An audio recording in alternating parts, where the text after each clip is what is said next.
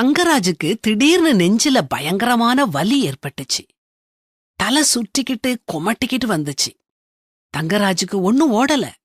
அவருடைய அப்பா, அம்மா, தாத்தா எல்லாரும் மாரடைப்பு வந்து இறந்து போனவங்க.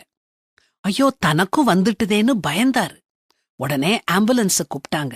மருத்துவமனைக்கு அவரை வேகமா கூட்டிட்டு போனாங்க. தங்கராஜுக்கு நெஞ்சு வலியை விட பயம் அதிகமா இருந்துச்சு.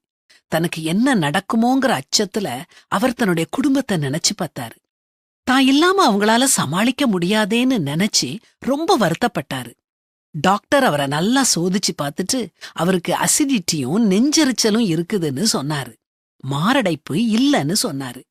உயிரே போக போகுதுன்னு நினைச்சு பயந்து வந்தவருக்கு இந்த வியாதி பெருசா தெரியல. தனக்கு மாரடைப்பு இல்லன்னு தெரிஞ்சதும் தங்கராஜ் அடைஞ்ச சந்தோஷத்துக்கு அளவே இல்ல.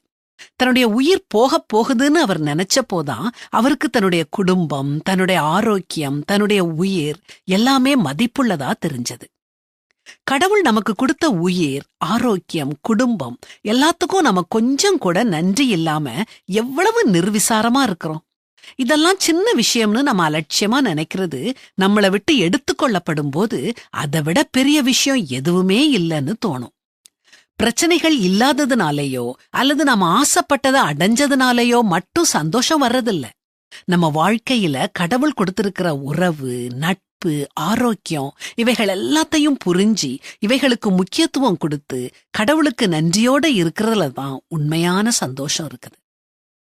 எல்லாவற்றிலேயும் ஸ்தோத்திரம் செய்யுங்கள். அப்படி செய்வதே கிறிஸ்து இயேசுவுக்குள் உங்களை குறித்து தேவனுடைய சித்தமாயிருக்கிறதுன்னு வேதாகமமும் நமக்கு அறிவுறுத்துது.